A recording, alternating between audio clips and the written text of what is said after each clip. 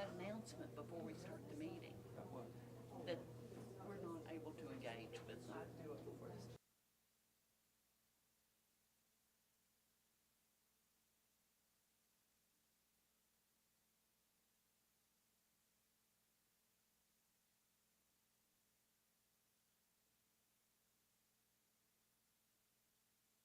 I'd like to call meeting to order.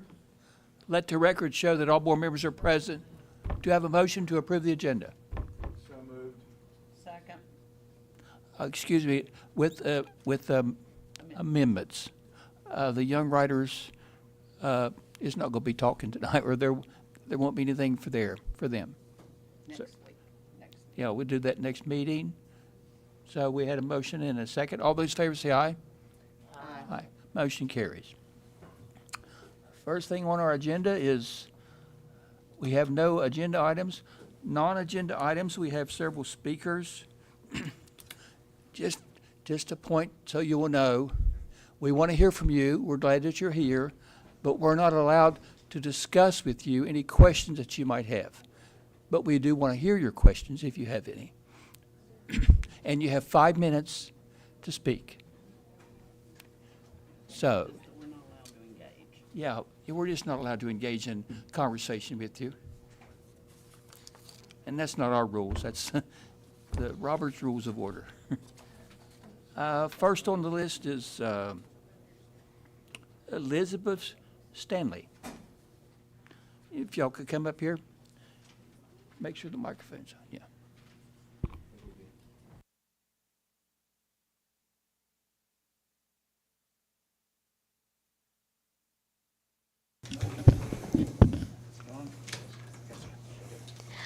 Hi, I'm a 5th grade student at Cranberry Prosperity. Cranberry is a leader in me school that teaches us how to use the 7 habits of healthy and happy kids.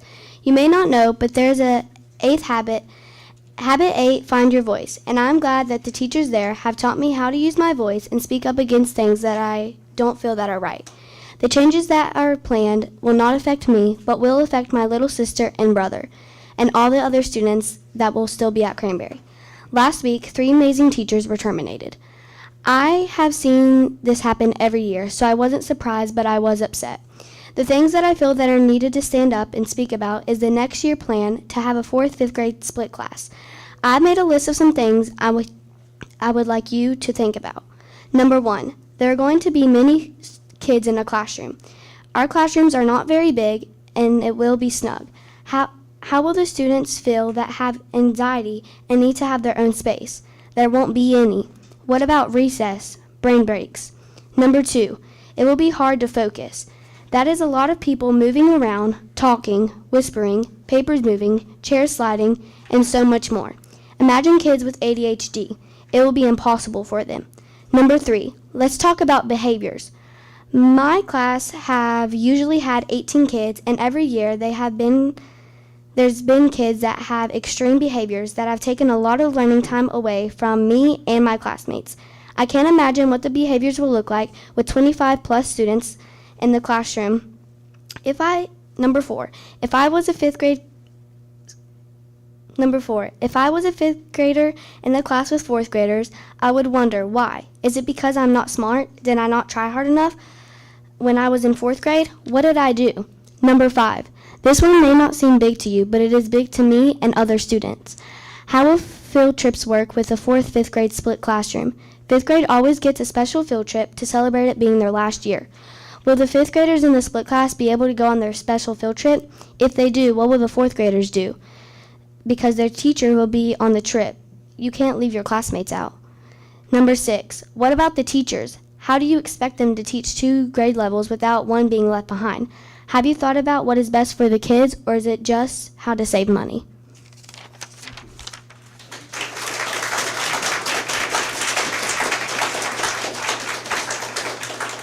Thank you. Rachel Kittle.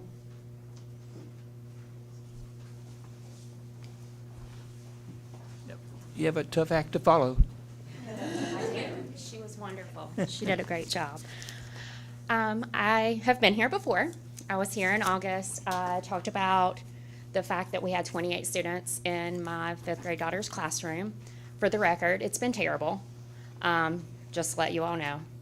That seems like that is going to continue on as we go into next school year. I know there's been a lot of cuts across the board, all throughout Raleigh County. And it seems what's coming up, from what I'm hearing, is enrollment numbers are down. So I looked up that statistic, and it seems like we've lost about 250 students across Raleigh County. If you take that through all the schools, that's about 10 students per school. My daughter's school specifically, I have a 5th grader, a kindergartner, and I have one that I'm signing up for preschool next year. We have 452 students. We actually gained approximately 16 students this year, and we've had increasing numbers for the past 3 years. We had a dip in 2021, which you all know was the COVID year, so we're trending upwards as far as enrollment. Our art program was completely eliminated. We're getting rid of Miss Sexton, which I don't agree with, because our kids need an outlet. They need to know what they're interested in, they need to figure that out, and they also need a chance to explore different avenues throughout their careers. The split grade classes, I don't agree with. Right back to, like I said in August, cramming a bunch of kids into a classroom just because you can do it doesn't mean you should do it. And that brings into question, with all the cuts, splitting classes, putting multiple grades into one classroom. You know, I have not seen anything in writing, but rumor is that there are raises that are going on, top level of the board. I don't agree with that. How are we doing raises and then justifying cutting our teachers? Teaching and our personnel staff, these are one of the only jobs that routinely have to pull out of their pocket to provide supplies for their students, incentives for their students. We'll use nurses for an example. Nurses aren't going to Walmart and buying some latex gloves so they could do their job for the day. If they're at the children's hospital, they're not buying gifts for those kids so they can enjoy their time at the hospital, as terrible as it might be. That's all supplied to them. However, routinely, our teachers are being put in positions to do that. Our personnel staff is, and they go above and beyond every day to make sure our kids need what they need. We've cut a lot of counselor jobs. I don't agree with that either. I've had extensive training with ACEs, and I don't know if you all are familiar with ACEs, but that's their adverse childhood scores. We have a lot of trauma in Raleigh County. We have a lot of trauma in the United States as a whole.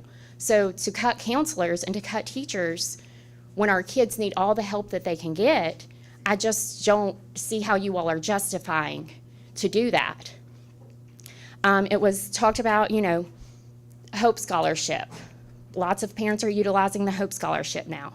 And I think it was you, Mr. Snuffer, that told me in August you had a huge influx of people coming back into Raleigh County due to the Hope Scholarship not being what it seemed. So if we're having this huge influx, then how are we saying that enrollment numbers are down? I just, you know, it just doesn't make sense to say that and then to say enrollment numbers are down and to make all these cuts. But no wonder. I mean, no wonder parents are utilizing the Hope Scholarship. Why wouldn't they? You know, you're cramming 28 kids in a classroom, you're cutting their teachers, you're cutting their counselors. Why would they not take their kids where they're going to get more one-on-one attention, smaller class sizes, and use that? You know, it's not back in the 90s or the 80s where everybody just went to public school. Like, you have to fight for these kids. So that's why I'm saying, you know, I'm not coming up here with no solution. I would like to see focus groups happening, not the LSIC meetings. I'm not talking about that. I'm talking focus groups, teacher focus groups, bringing teachers in. What do you need? How can we help? How can we keep you here as part of our staff? Parent focus groups, student focus groups, one during the day, one in the evening. People have different work schedules. Finding out what people really need, what the students really need, and then using that and making our schools and our county better for it. Because our kids are important, and they deserve to feel important, and parents deserve to have a board of education that supports their children any way possible. Look for other ways to make cuts, to cut down the money so we can keep our teachers.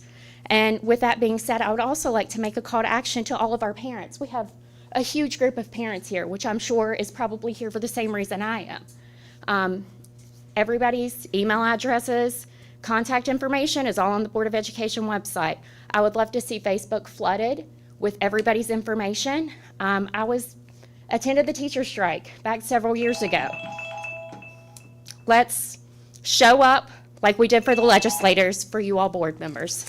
Thank you.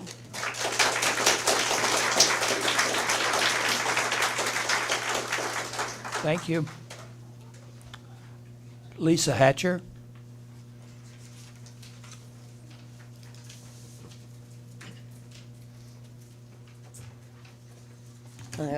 I just want to say I applaud you for what you just said, and I think everybody here feels the same way as you. I'm going from a little bit of a different perspective. I am a teacher at Gent Elementary School, and we wanted to come here and voice our concerns for the upcoming proposal for the cuts in Raleigh County. Our school at Gent Elementary is currently losing 5 teachers.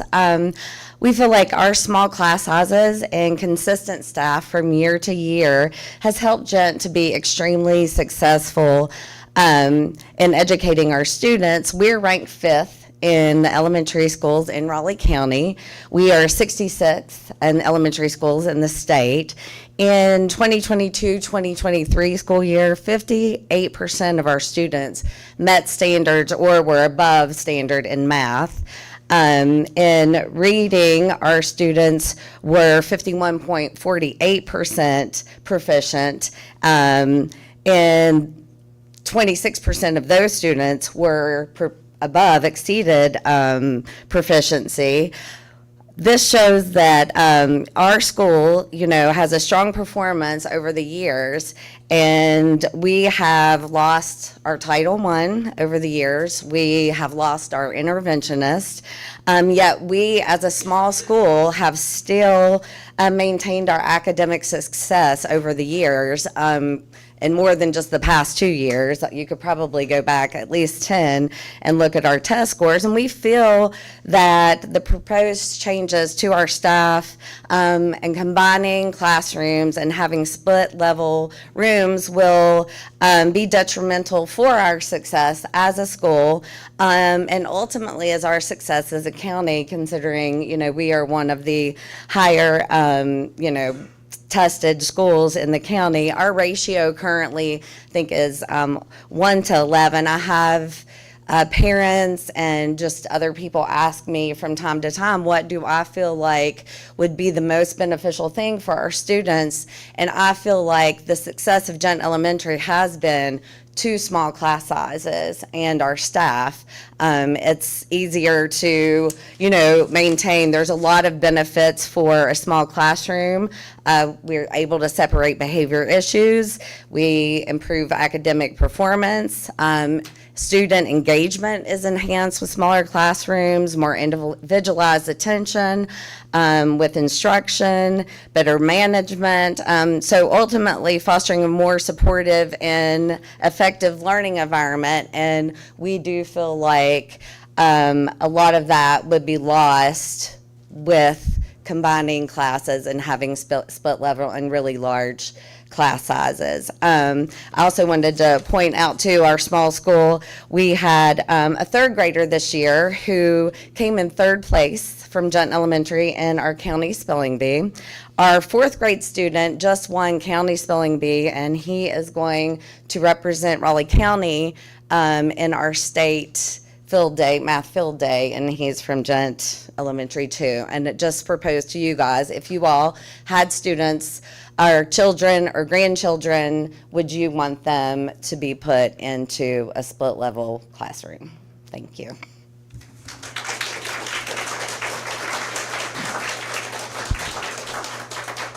Thank you.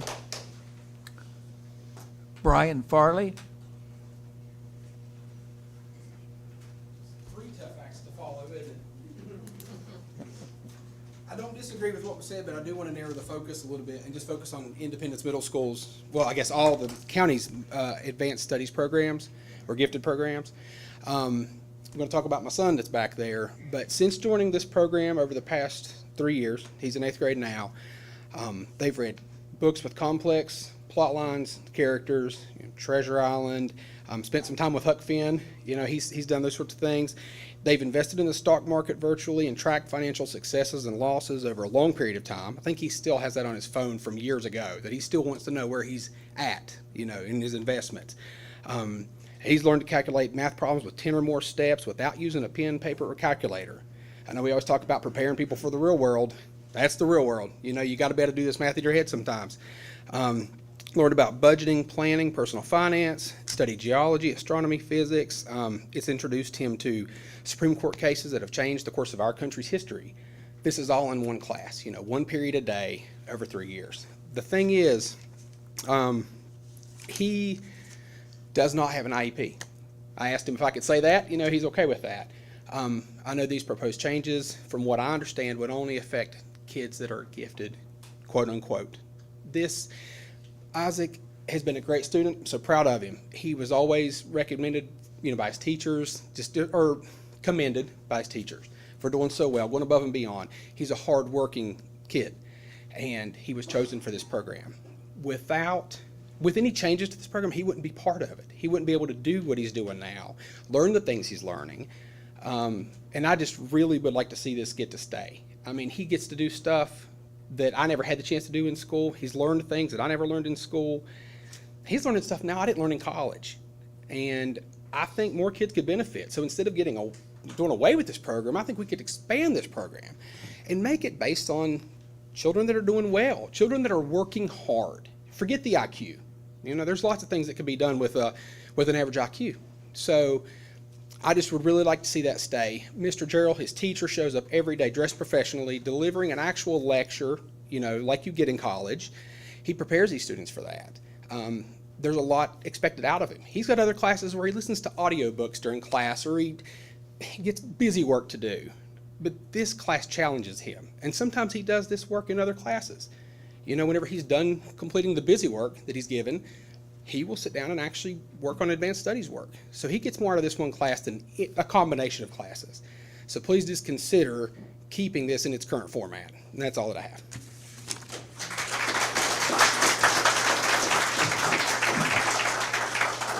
Thank you. Isaiah Farley?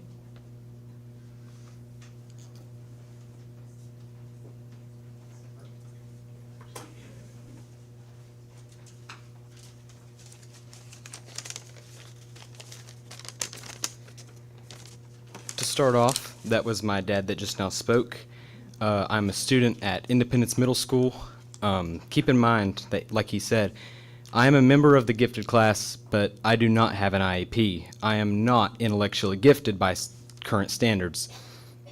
And of course, Mr. Gerald has informed us today that he's been sent an email pertaining to the fact that gifted classes will still be available every day, but it will be changed, and specifically for students that do not have IEPs, which is a very large percentage of the gifted classes some years.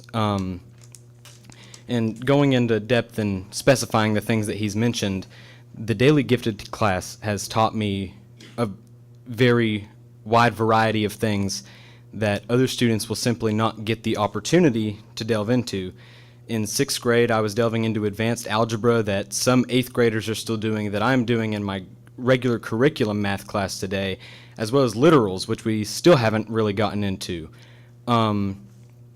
Of course, logic-related math equations, such as MathMagrid, stuff of the sorts that don't even test your math skills, but instead exercise the brain to prepare you for things in the future that might require you to think with a more open mind and a more intense scale. And then also, like he said, very above-level novels such as Huckleberry Finn and Treasure Island.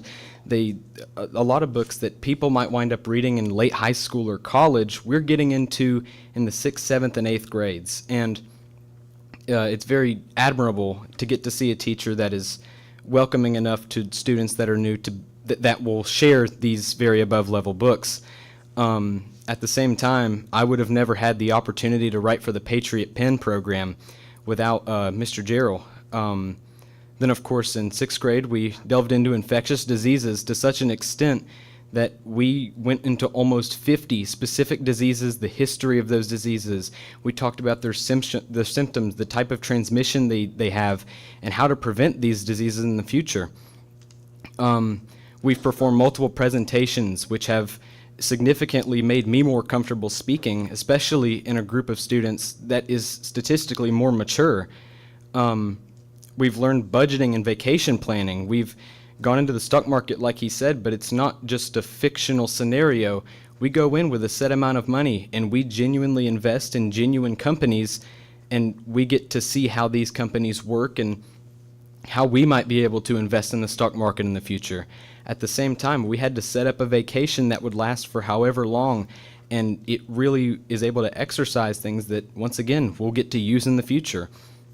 He's also unlocked a very large variety of vocabulary words that have been added to my personal vocabulary. Every test we get, we have an upwards of 26 different vocabulary words, and through all of these words, it constantly happens all throughout the year, through multiple years. So I've added hundreds of words to my vocabulary. And then we've also delved into United States, world, and West Virginia geography, and had to create our own maps based off of the real-life locations. The Supreme Court of the United States and our Constitution are very significant parts of our history that we've also had to delve into and look at. But the only thing I have to say is that none of this would have been accomplished in a one-day class or in a class that only shows up a certain amount of time. But also, once again, I do not have an IEP and would not have had the ability to learn these things. At the end of the day, you must work hard to achieve good grades. And unlike other teachers, he doesn't assign that filler or busy work. He gives a true lecture for 45 minutes a day that goes over the material he wants to cover, which will prepare me for college classes more than anything else. He genuinely cares about the students that he teaches, and all I have to say is that I would ask that you all take into consideration keeping the current gifted classes how they are and opening up for students that do not have IEPs to still be able to remain in these classes. Thank you.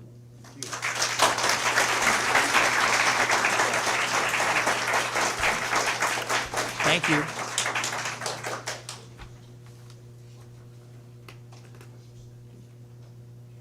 Emma Pedri?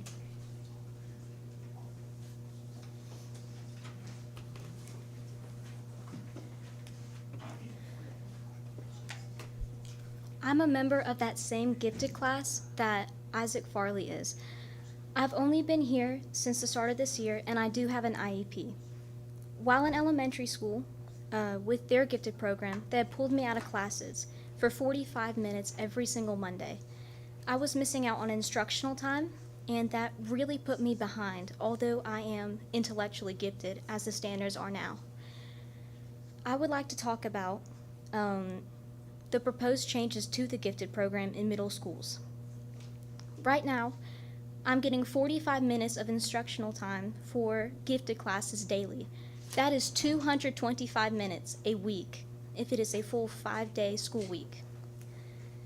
Without that, I would be getting pulled out of some random class throughout the day for 45 minutes and missing out on whatever that teacher has to say.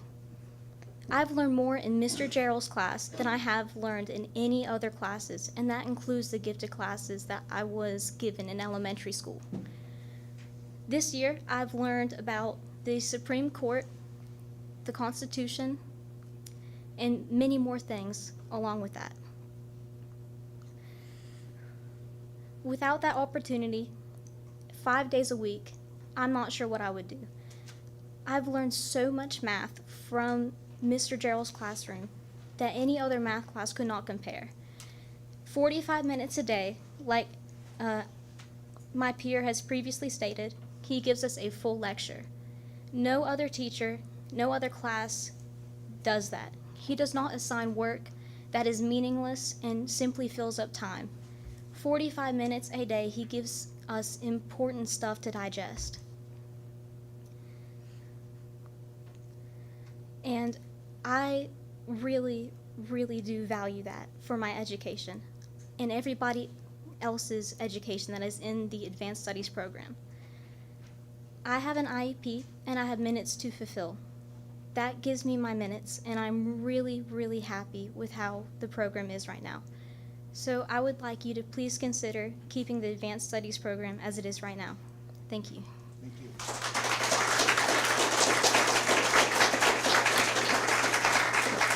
Thank you. Mike Pedry?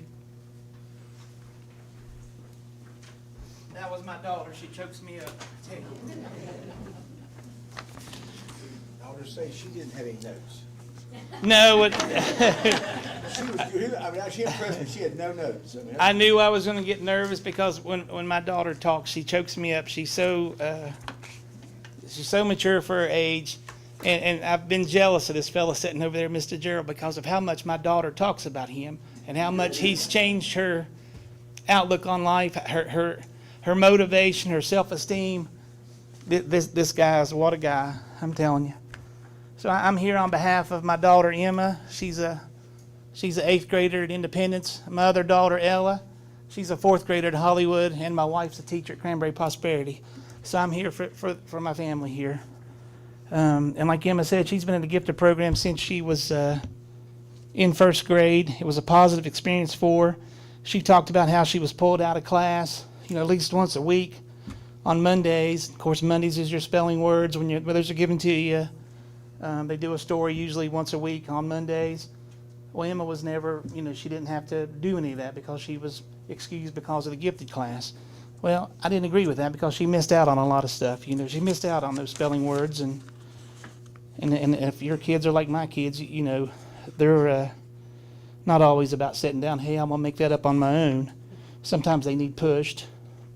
Emma, not so much. Emma's a self-starter. She's great. But about halfway through elementary, it changed for Emma.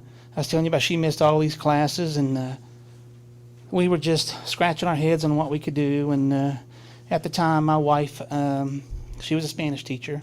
She ended up being transferred, rifted, and she ended up teaching at Cranberry Prosperity. Well, because of that, we moved the kids around, and we kept hearing about this guy, Mr. Gerald, at Independence, and how great he was. And so we applied and was accepted at Independence with my daughter. And this guy's just been a superstar for us. They stay 4 days a week. They stay late. The kids are fed. He doesn't get paid for that. He does it. He's just a wonderful teacher. And I thought, gosh, is my kid going to want to stay after school 1 hour a day, 4 days a week? She loves it. She gets mad when she doesn't stay. I mean, that's how this guy's a motivator. He's wonderful. I got these notes and I'm getting emotional, but he not only works with his current student, but I've been told he follows up with previous students. He's always there. He's always a phone call away for these kids. He's making the difference one student at a time. And that, I love that because that phrase sounds familiar, doesn't it? That's Raleigh County's, one student at a time, and this guy takes it to heart. And here, I got a note here. How far, Emma talked about she gets 225 minutes a week, and she loves every minute of it. And just this week, Emma's excelled at so much. My youngest daughter's in Tennessee for a volleyball tournament. Emma and I don't get to go because she has math field day Saturday. And I noticed while I was at math field day, Mercer County had 7 kids that placed. And I know that Mercer County, I used to be a teacher in Mercer County. Mercer County has a policy where, and I assume it's still in effect, where they will move kids up, in math and English, a grade above their grade, if deemed necessary, and profitable, I guess is a better way to say it. But I think having advanced studies, like that works. We want higher test scores. We want better schools. We want better kids. And I just think Mr. Gerald, his program speaks for itself. Emma's won the spelling bee at Independence. She's History Bowl. She's Math Field Day. They won the states. They're going. I mean, it's just or regionals. Regionals, and they're off to the states. And that was I never guessed that about it. The whole world's opened up for her. I'm sorry. And I just think if this program goes away, it's just a disservice to the kids, to Mr. Gerald, who not only, he lives it. He's more than a teacher. He's a mentor. I mean, he's a surrogate parent, you might as well say. He's wonderful. And the other issue I'd like to talk about if I had the time was the split classrooms. My youngest daughter, she studies. She has to study. For Emma, sometimes it comes easy. Ella studies. And I'm afraid she's in 4th grade. I'll be in 5th grade next year. Is that going to slow her down? Is she going to be bored if she is ahead of the fourth graders? I just can't see the value in a split class. Thank you for your time.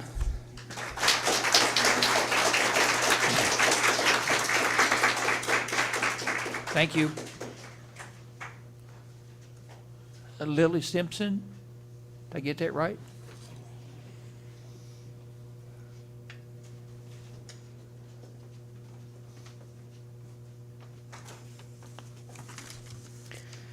My name is Lily Simpson, and I am one of the students in Mr. Gerald's Advanced Studies class.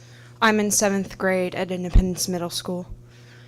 One of the main problems with the school board trying to get rid of Advanced Studies is that it's going against a lot of kids' like IEPs. Because I myself, I have a dual IEP, I'm autistic, and I have an Advanced Studies IEP. But Emma Pedri, who has already spoke, and Brenley Haga, who is not here, her mom is here, they also have IEPs, and that's going against their IEPs as well. A lot of the Advanced Studies kids are more advanced in their studies, and they learn faster than the general population of students. And I think that if we took away Advanced Studies, that would be a huge problem, you know? There are a ton of students here that could back me up on this. Aubrey Denny, Emma Pedri, Isaac Farley specifically, but there are a lot of other parents and their children here.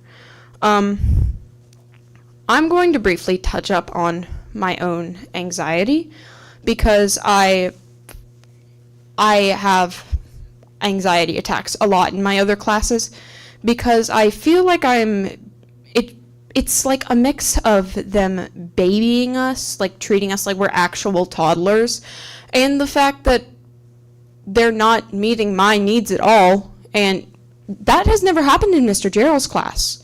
Mr. Gerald's class, I'm treated with the maturity that I am, and I really like that. And Advanced Studies is a very crucial part of my education, specifically. As touched up on before, we're currently learning literals. I have a higher reading level, mainly because of classes like Mr. Gerald's. For example, my favorite author right now is actually Shakespeare, so I'm not even joking about that. But he's taught us a lot, like the whole budget thing with the travel project. We learned how to manage our money with things that we wanted to do. And there are people that care about us and our education, and that could be proved by the petition that we started that has over 630 signers. That's like 1.5 of Independence Middle School's entire population. The second thing that I want to talk about is the Spanish class. Senora Anderson, she's being let go as well, and I believe that being bilingual, or at least speaking some other language, will help you in life. It will set you apart from other employees because you will be including more people than Americans, and that will definitely help you in college and in an actual job. I look forward to learning Spanish with Miss Anderson, and I want other people to have that luxury, I'd say, because it's better to be taught by a person than somebody that's not. And in closing, this class is important to a lot of people, including myself. If you take away Advanced Studies, then that would just be completely detrimental to our educations, and it would in a way be taking away our chance to have the education that we deserved. Thank you, everyone, for listening to me speak today.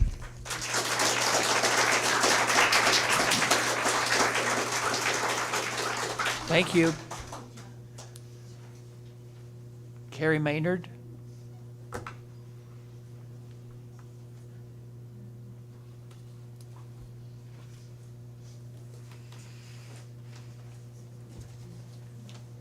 Hello. So first, I would like to point out the previous students that have spoken from Mr. Gerald's Advanced Studies class. Do you know how much courage it takes for them to stand up here and how much confidence they must have to do that? My son Parker is sitting back there. Raise your hand, Parker. He's in 6th grade at Independence, and Mr. Gerald is one of his teachers, his Advanced Studies teacher. Now, he's not at a point yet where speaking in public is comfortable for him. But I imagine enough time with Mr. Gerald, and he will be like these other students that have been up here and told you what they think and what they need. Excuse me. Okay, so I want to give you a quote. The future quality of life for the citizens of West Virginia is directly linked to the performance of our students. Today's students are tomorrow's leaders. We must provide a comprehensive, high-quality learning system that empowers students to reach their full potential, promotes their development as productive and responsible citizens, and prepares them to meet workforce and economic demands. That was taken from the Board of Education's website as a part of their mission statement. So kids like Parker, who does not have an IEP anymore, we actually got rid of his IEP halfway through 5th grade because it really wasn't doing him any favors. He was in the gifted program, and he was being pulled out of class. He hated it. He wasn't challenged. He was in there with students who were younger than him. And so we took him out of that. Now, because of his test scores, he was put into Mr. Gerald's Advanced Studies class. And this is the first time that he has actually enjoyed school. He told me maybe a month after school started, Mom, for the first time in my life, I feel like a normal student. Because prior to, he was so ahead of the other his classmates, that he would finish early. So he would have to go run errands for the teacher or help the other students catch up with their work, which I don't mind him doing, but that's not education. That's not what he deserves. Excuse me. So for this year, he has excelled in all of his classes. Mr. Gerald's is still his favorite.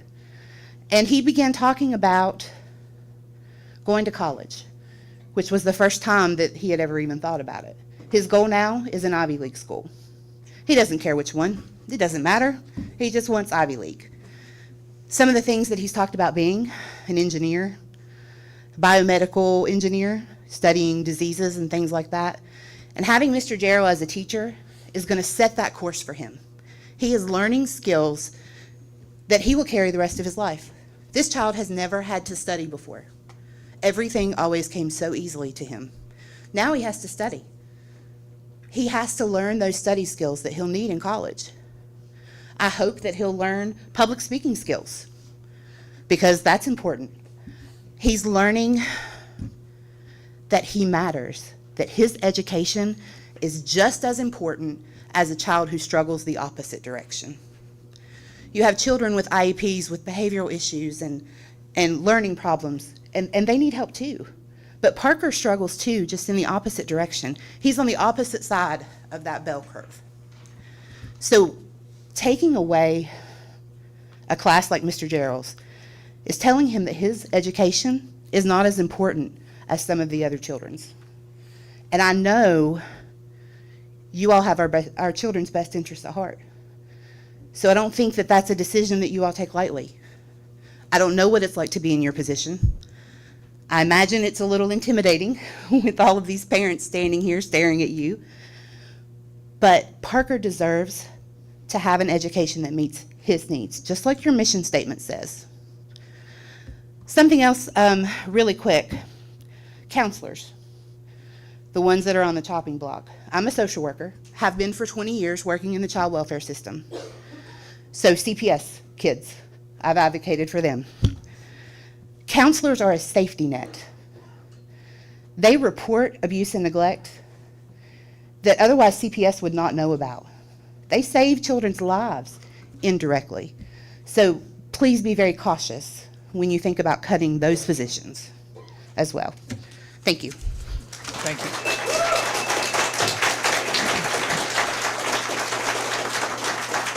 Thank you.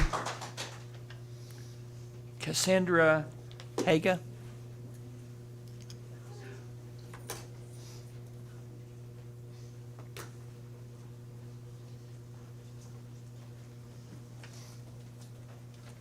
I'm not a public speaker, but I'm going to try. So I sent out an email to everyone, and I didn't get a response, so I'm going to read that. My name is Cassandra Haga. My husband and I have Brinley Haga, who is in 7th grade with an IEP. The reason for the email was to let you hear our story in hopes that you would reconsider doing away with the advanced studies class taught by Mr. Gerald. I do know that my daughter deserves the right to be in a least restrictive environment, as well as others with IEPs. In doing away with this class, she reduced Brinley's education down from 225 minutes per week to 45, which is unacceptable. When Brinley was in 1st grade, we fostered 2 boys, Leland, who was the same age as Brinley, and Terry, he was in 4th grade. These 2 boys were given IEPs without us even asking. Leland, in 1st grade, tested out in the pre-K level. Terry tested out in the 1st to 2nd grade level, but somehow made it to the 4th grade. Brinley, my husband, and myself spent multiple hours every evening helping them with homework. That's when I came to notice that Brinley flew through Terry's 4th grade homework without anyone ever teaching her or giving her any direction. With the knowledge after being told by multiple teachers that they pulled Brinley from her learning environment to the side to help more challenged kids, I knew we had to do something. I went straight to Ridgeview and asked for her to be tested. Miss Landy looked at her computer and said Brinley's test scores were high and she looked like she would qualify for gifted. My question was, why were we never told that? Why did they have to wait until I asked about it? Why was she just left in the system, leaving her behind while pushing other kids through? I asked, where do we go now? Well, long story short, it took more asking to get her testing done for her IEP. Our experience with gifted during elementary years were a joke. Multiple gifted teachers came and went, one who couldn't even remember Brinley's name when I was speaking to her. There were many assignments sent home without instruction. We called it busy work to show that the teacher was trying to do something in 1 hour a week when a gifted teacher actually did show up. So after giving that a chance, we were determined to have Brinley move up a grade. She wasn't being challenged in any way. Her social skills were phenomenal, and she was much taller than any of the other kids in her class. We were told that the kids looked up to her like a mother figure. I went to meetings, expressed her thoughts, and listened to professional opinions, one which Miss Kelly compared her to her son, saying she moved her son up and it hurt him socially. My thoughts, if she gets a chance to move her son up, why shouldn't we get the chance? Just because it didn't work out for him doesn't mean all children are alike and it wouldn't work for Brian. My thoughts were, she's a principal, why is she comparing kids? She should know that they all aren't the same.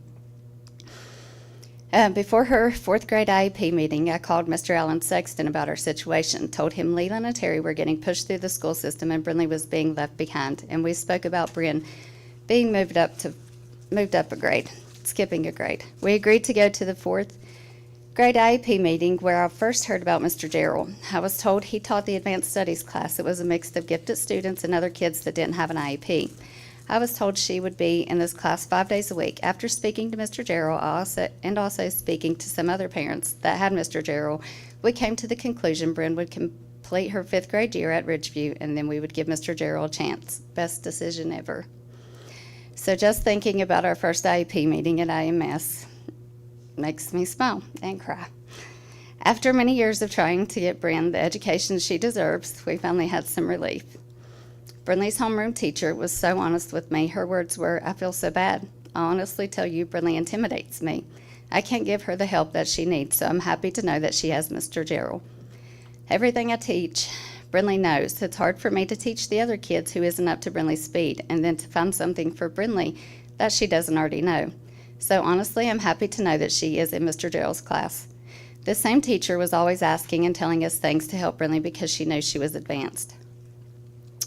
So now Mr. Gerald speaks. My heart felt so much relief. I teared up with joy because somebody finally took the time to actually get to know her daughter and see what Brinley is capable of. and really wants to help her. All of the phone calls, meetings, aggravation over the past few years are finally worth it. On top of Brindley loves him. She's interested in his teaching. She actually tried to fast once because she had homework. I don't never have to help with homework, and I had to help one time. That she actually well, on her rant about the homework he assigned, she was actually smiling. Our thoughts were that we had a normal kid now.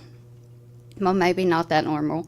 On our way to school the other day, she was so excited to tell me in order how many commandments there are, what they are about, and why they were established. I hear excitement in her voice when she speaks about Mr. Gerald and her class and her classmates. I have one more paragraph. I've heard stories from teachers where they have told Brindley to not raise her hand and to allow others to answer. Another time I was told that Brindley was absent, or when Bryn was absent, the teacher made a statement to the class saying, Brindley isn't here to answer for you all. Someone else is going to have to answer. I have delivered thanks to Bryn's class, and when I went into the classroom, Brindley has been in the corner teaching other kids. There has not been a single year that I haven't heard from a teacher that Bryn has been pulled out of her learning environment to help teach or work with the other kids. I am grateful that she is able to help the others, but how is that fair to Brindley to be pulled from her learning environment to teach others? She goes to school to learn. The teachers and the board members are supposed to be there to make sure all kids are getting the education they deserve. I do feel like the school receiver rating and the advanced students are much needed for their test scores. If you all don't have high test scores, ratings go down, and some people running the school system look inadequate. Why are we not working on higher standards? Mr. Gerald just doesn't stop teaching, helping these kids after they leave his class and go on to high school. I've learned from multiple others how he helps them with testing, getting into classes that the counselors miss, and even questions in college. He works outside of his regular hours with organizations and groups to help children grow and push them further. Yes, he may not have the largest number of students in his class listed, but on paper he works after hours with groups and still continues to help guide his former students in high school and college. He is the only teacher at IMS that works with the advanced kids. I've done my research in other middle schools in Raleigh County offering honors classes. IMS had theirs taken away. All of the other schools, the middle schools, they have honors classes and we do not. Yeah, I don't want to interrupt you, but It's not fair to everybody else if you keep going, 5 minutes. It isn't fair to me that nobody responded to my email either. Not one of you. I sent it to you. It is not fair to take the kids' teachers away from them when they're actually learning, but I will tell you this. Time's up. Brindley came to me the day that she found out Mr. Gerald, and she said, I'm not a little person, but she told me, she said, Mom, Mr. Gerald is the only one that's ever challenged me, and now they're taking him away.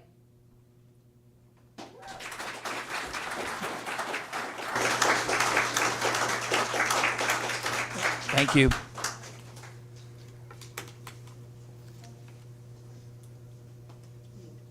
Marvin Gerald?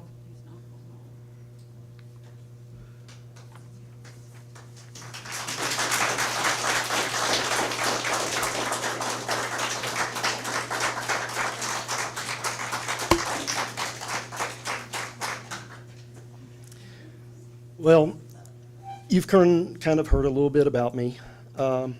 I am Marv Gerald, the very, very, very proud to be advanced studies teacher at Independence Middle School, where I belong.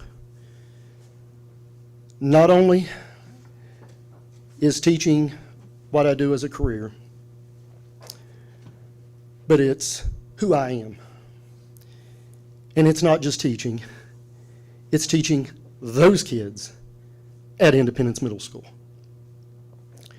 Those kids that need the challenge. And I'm happy to provide that challenge. Now, I know I'm an anomaly in the county. I know that some of the other middle schools have struggled over the years to get gifted teachers full-time.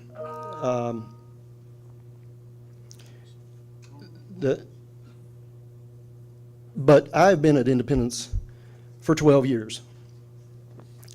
And I deal with 3 different groups of students, interestingly. I deal with the gifted students who have IEPs. I deal with the advanced students, the really sharp students with high test scores that for whatever reason didn't qualify for the gifted program, and you've heard from a couple of those and about those students. I provide intervention to those students. So that's two hats that I wear. And I also currently teach a reading support class for kids on the other end that need a leg up with their reading skills. Now, that is a little bit more challenging for me. I'm in my wheelhouse when I have a group of gifted and advanced students in front of me. And I can tell you, whatever's going on at Independence Middle School is special. What we have going on is truly special. And I ask you to please keep the format we have now. It works. It makes a difference. And I just really beg you to consider keeping it. If it's not broke, please don't fix it. Thank you.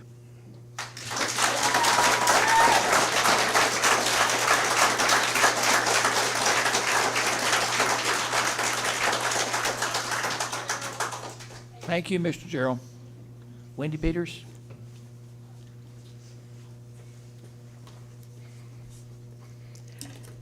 Oh, goodness. I'm looking around this room and I see so many people that I care about.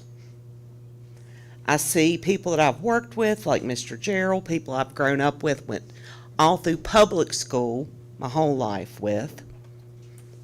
I see my mentor, lots of mentors. I see all these people in here who love public education. But here is the issue. I wasn't going to speak, but I was staying late working on a grant, and anybody that knows me knows sometimes I can't help myself. But I think you give credit where credit is due, and you place blame where the blame lies. And I'm just going to tell you guys, I'm not very good with math. Any of my students who ever had me or teachers that I work with know that writing is my thing. So I had to have some people help me with some numbers. There's something David Price used to tell me all the time. He said, "It's a different pot of money, Wendy." Because I'd say, "Well, why are you cutting this? Why are you cutting that?" It's a different pot of money. Well, I'm looking, and like I said, math is not my first love. I'm not going to say I don't like it. But I'm looking, and we have been cut this year with, and this is all the different pots, by $3 million. Special education, $3.4 million is paid through the state and the federal, but the budget is $12 million. So Raleigh County Schools picks up that loss. Somebody said, "Well, we've not lost that many kids." In the past 10 years, we've lost 2,085 students. Hope Scholarship. I'm going to talk about that because it's a little thorn in my side and something I get a little bit upset about. The first year, 109. Then we had 324. Now we have 641. That's how many students. Next year, the Hope Scholarship is open to anyone. And guess what? Those people that get that, there's no oversight. No one is making sure that those children have what they need. I have a son who has an IEP. If I would not be allowed to send him to another school because he would not be accepted. But you know what? The Office of Special Programs in Raleigh County made my child who he is today. So I might be a public educator, but the first thing that I am is a mother. So, with all that being said, back to where the blame lies.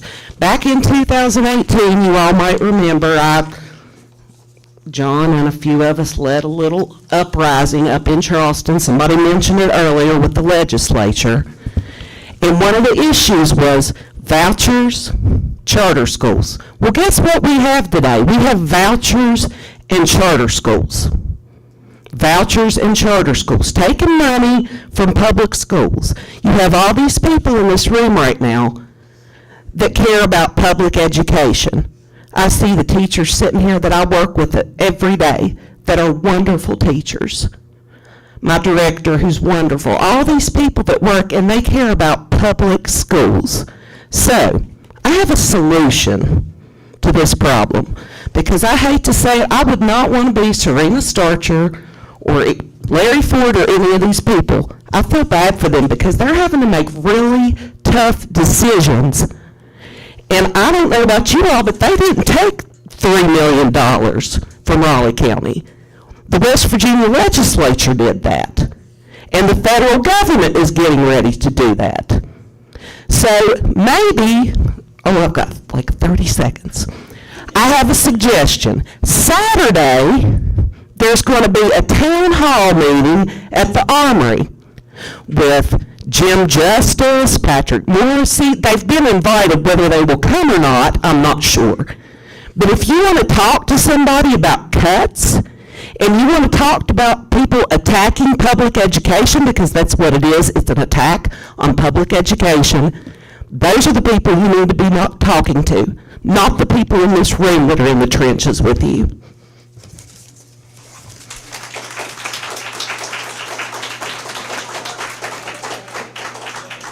Thank you. Brian Brown?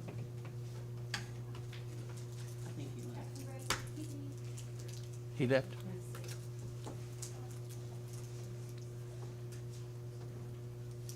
Aubrey Denny?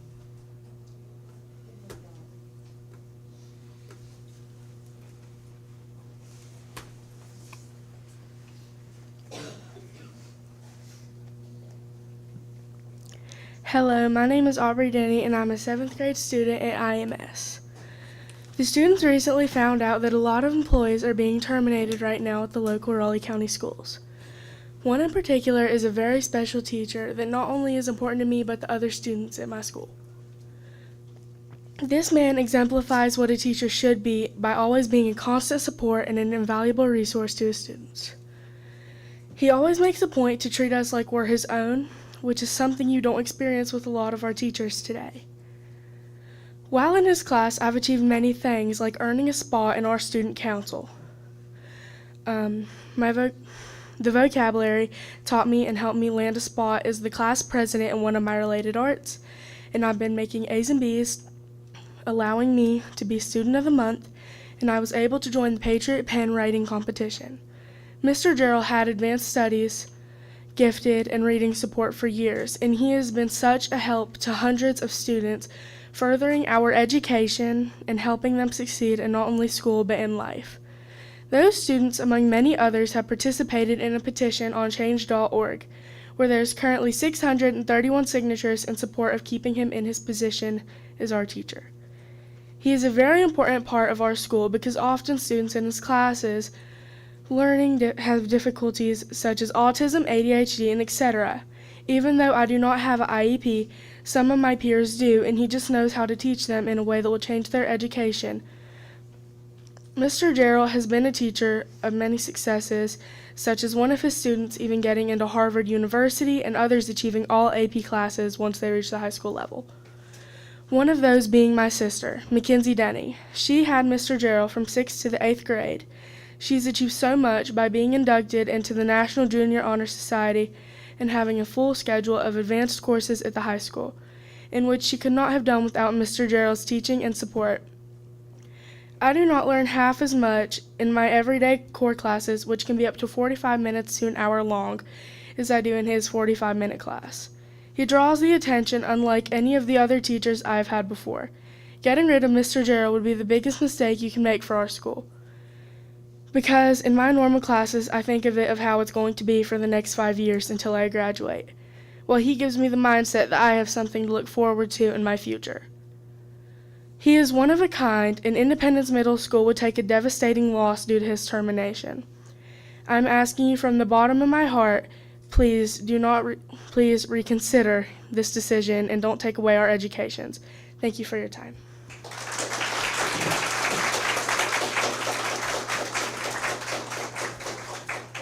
Oh, thank you. We have no more speakers. We thank all of you for coming tonight, and we appreciate everything that you have said.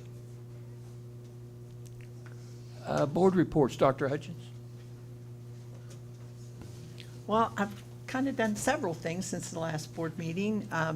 I've read with Read Across America Week with Dr. Seuss Week and had a great time reading to kindergarten kids. I did attend a convention center executive board meeting. The big topic of discussion there was the heating system at the Armory. I also was fortunate enough to go to Woodrow to see The Wizard of Oz, which was absolutely fantastic. I hope all of you were able to see it. And last night, I was here at the board office for the Night of the Arts, which was really, really good, and there were a lot of parents. I was able to see the Independence Middle School Band performing in here. And I heard, I think it was Trap Hill was upstairs singing, and some of their artwork was just absolutely fantastic. Some of the student artwork was just unbelievable. I always tell everyone that inside of me somewhere is an artist. I just have no talent. So, but I truly enjoyed it. Ms. Smith? Like Dr. Hutchins, I was here for the Night of the Arts last night. We had some phenomenal art projects. The bands and the choirs did an excellent job. I was intrigued by the Legos programmable projects, but they wouldn't let me play with them, so I came on back downstairs and listened to the band. But anyway, it was a great night, and as Dr. Hutchins said, we had a huge turnout. So it was something I think was really good for our kids and the parents. Thank you. Ms. Smith? Ms. Sandberg? I had a previous engagement, so I didn't get to come last night, but I heard it was good. Wizard of Oz was absolutely phenomenal. There's some talented kids in Raleigh County. I mean, and if you didn't get to go, you really missed something that was amazing. So next year, when Ms. Schrader and, what's her name? Yeah, put on their show, it is perfect every year. So try to get and see it. It was good. Mr. Snuffer? I didn't come to the show, so, but I will say this. They had a regional math field day, and Raleigh County did very, very well. I'm very proud of my area. Trap Hill and Liberty, they kind of cleaned up on a lot of things down there. But as a county at all, I mean, this is a regional thing. We were sending a lot of kids to state. I don't have the exact numbers. You don't have the numbers, how many we're going to send, but there's a lot. So there's a lot to be proud of that doing. Also, if you haven't been out around, kids are running everywhere because track practice is in. Kids are, I have a grandson running track right now. We're finishing up with basketball and stuff, so a lot of activities going on. One last comment I want to make, and we don't interchange communications with people when we're up here, but I'd feel neglecting if I didn't say something about how impressive it is to see these young people champion a cause. Whether we're able to do anything with that cause is not being discussed. What I'm saying is you as an individual, speak what you want, be able to stand up for what you believe in, and do it in a public forum like this. That's impressive. The one young lady didn't even have notes, as I told her dad. That's impressive. The ones that did have notes were good too. So as you go forward, remember that. You know, your voice counts. You know, when I was in school, my voice didn't count. No one cared about a child and stuff. So that's a big move. At least now as a child, you do have a voice, okay? And that voice is inside you, and don't be, afraid to express it. But I personally appreciate it. I think the board appreciated it. Thank you. I don't have anything. Dr. Starcher, can you talk? I can. Can you hear me? Yes. Yep. We can. You can? I won't speak long, but I will echo many of the same comments this evening. I want to thank all the speakers this evening, and particularly the students. And then Wizard of Oz, like has been said before, Miss Stack and Miss Schrader and their students did an amazing job, and I was fortunate enough to attend. So I look forward to what they have to offer next year. And then I'm sick, if anyone's wondering. That's why I'm not there. But I didn't get to attend Night of the Arts last night either, physically, but I did. I watched it all virtually. So I was so impressed and amazed by our schools and our students. So I just want to publicly thank all of them who participated in that amazing event last night. And then we did have some recent state wrestling champions, so I wanted to give a little shout out to them tonight. We will recognize them in a future board meeting, but congratulations to those state champions. That's all I have, Mr. Ford. Thank you. Policies and procedures. The policy be placed on 30-day comment. Advertising on county property. Dr. Starcher, can you talk to that? I can. Thank you, Mr. Ford. So policy F8, there's a slight revision proposed. It's in section 2.3 before you, and you will see that this would allow our professional and service organizations to also meet with employees on their planning periods. The policy did say before after school hours or during lunch. This would expand that to during planning periods as well. That's the only proposed change. Okay, do I have a motion?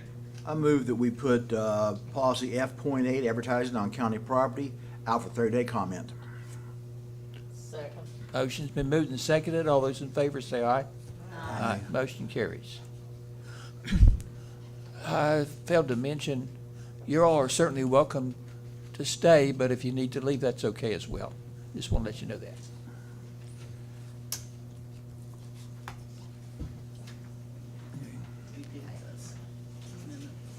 Keep going. Keep going. Let's go. Consent items, A, B, C, and D. We want to pull B and discuss it individually. Do you have a motion to approve those? I move we approve the consent items with removal of payment of bills. A second. All those in favor say aye. Aye. Aye. Motion carries. Okay. Item B on consent items. Ms. Smith, do you have a question? Yes, President Ford, I did have a question. Under Black Knight Country Club, there's a $50,000+ payment there. What is that? Darren, I think that's where we have all their meetings now. We use this at Tamarack. Darren can tell you. Here we come.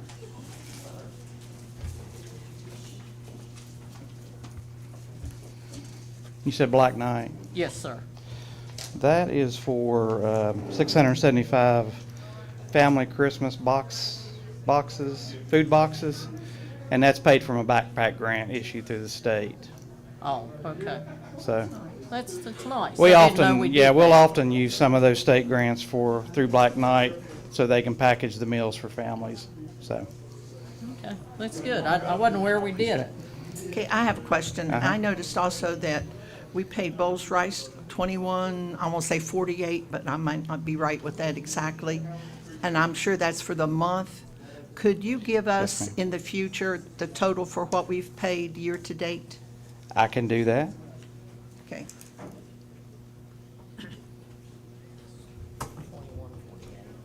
I thought it was 21. Oh, good memory. Any other questions? Okay. I just had the one on Black Knight. Okay. Okay, so I'll move then we approve the payment of bills as were submitted to us. all those in favor say aye. Aye. Motion carries. New business, consider approval of the agreement with State Energy Express Office for program sites at Fairdale Elementary, Ridgeview, Ms. Reeves. Good evening, President Ford, board members, Dr. Starcher. Before you this evening are two agreements with the State Energy Express office for two summer Energy Express sites at Fairdale and Ridgeview. The students will start June 16th and the students will be finished July 25th. But that's the only two schools? Yes, ma'am. I know previously we've had 4 Energy Express sites, but after communicating with the Barbie Little, Energy Express funding and AmeriCorps funding has been significantly reduced. So after 2 rounds of bids, we were successfully able to secure these 2 spots. Most counties, I think, may not have them or only received 1 spot. So we feel like in the current climate, we're really pleased to have these 2 spots. Yes, ma'am.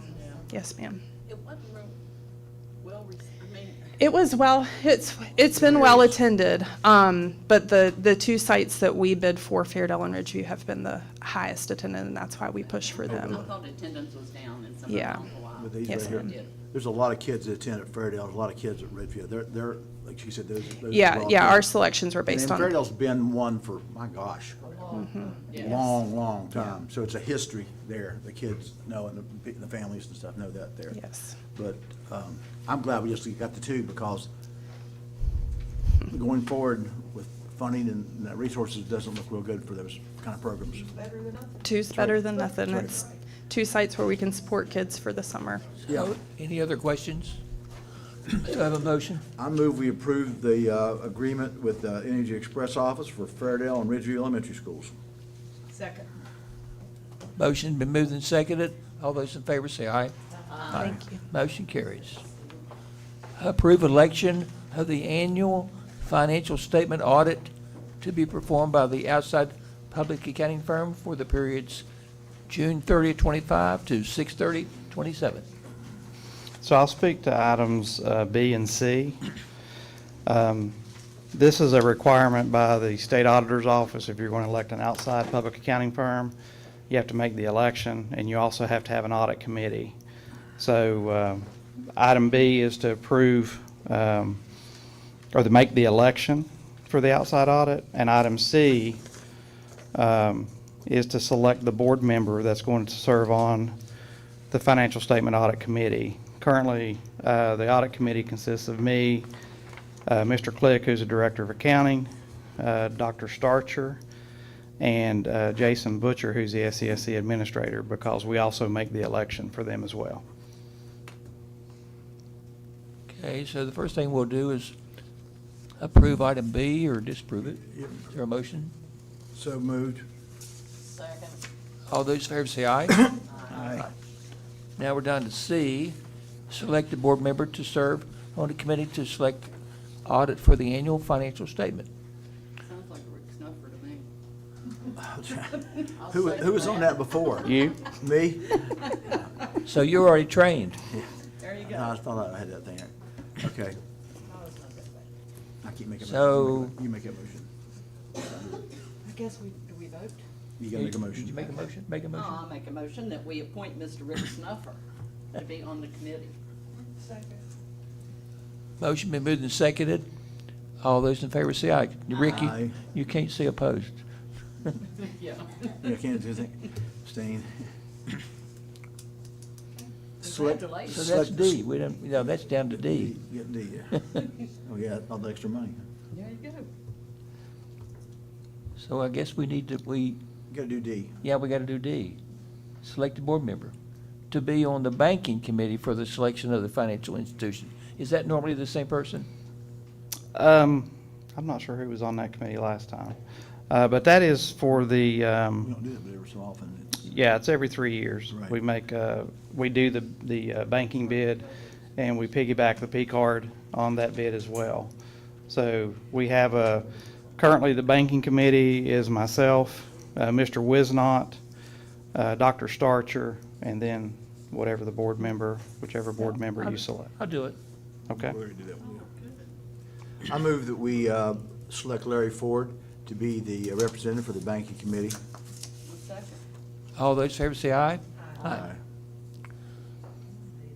Sir, okay, select a board member to serve on the committee to recommend workers' comp agent of record for your fiscal year 26-28. This is the same. It's a 3-year election for agent of record. So currently that committee is myself, Mr. Dillon, Ms. Colvin, and whoever you select as a board member. Was it Mr. Root on there before? I think it was Yeah, Mr. he Root. was, 'cause Yes.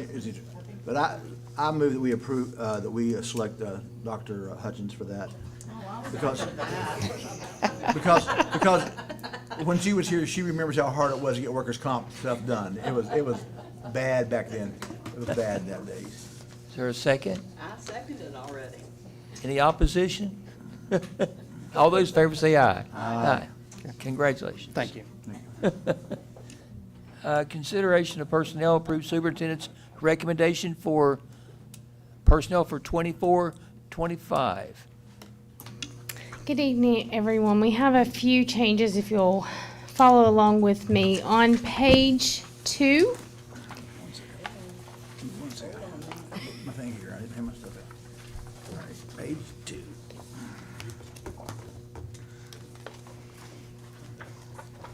on page 2, item C, Ethan Blackburn should reflect boys' assistant basketball coach. I was wondering about that, okay. And then the next section is listed under federal programs, and that's in error. That should, on the final copy, it will be moved to the elementary teacher section, but it will reflect $18 an hour, max 1 hour per day. So the other verbiage that is there needs to be removed, and it's $18 an hour, max 1 hour per day. But the same individuals, right? Same individuals, yes, sir.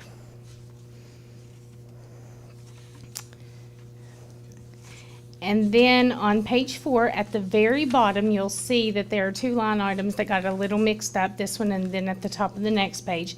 That should reflect James Harper instead of Joshua Harper.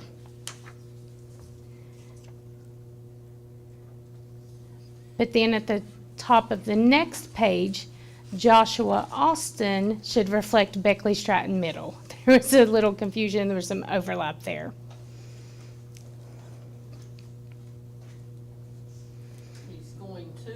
He is going to Beckley Stratton Middle, yes, ma'am.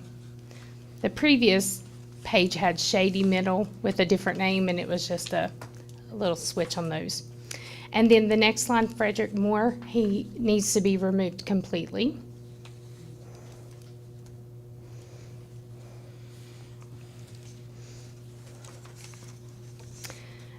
And my apologies, I missed one on page 3. If you'll go back.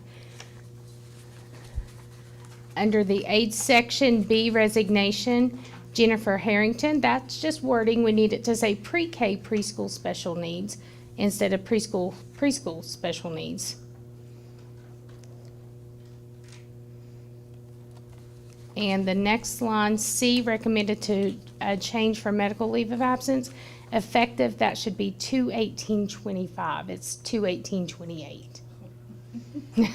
We're predicting. Gotta look good in the future. Yes. Thank you. Is that it? Superintendent, your recommendations? Present for my recommendation is as presented with the corrections noted by Ms. Samanko. Okay, you've heard a recommendation, have a motion. I move we approve the superintendent's recommendations with the noted corrections that were given to us. Is there a second? Second. All those in favor say aye. Aye. Motion carries. Approve administrative leave of a custodian. Is there a name? Dr. Charter gives the name. Yes, Ms. President Ford, the name is Michael Turner. Okay, do I have a motion? I move we approve the superintendent's administrative leave of Michael Turner as was submitted to us. Is there a second? Second. All those in favor say aye. Aye. And before we adjourn, you got any good news from Charleston for us? No? Okay. That's all on our agenda. This meeting's adjourned. Thank you for not spreading disease. She just left. Oh. She type A.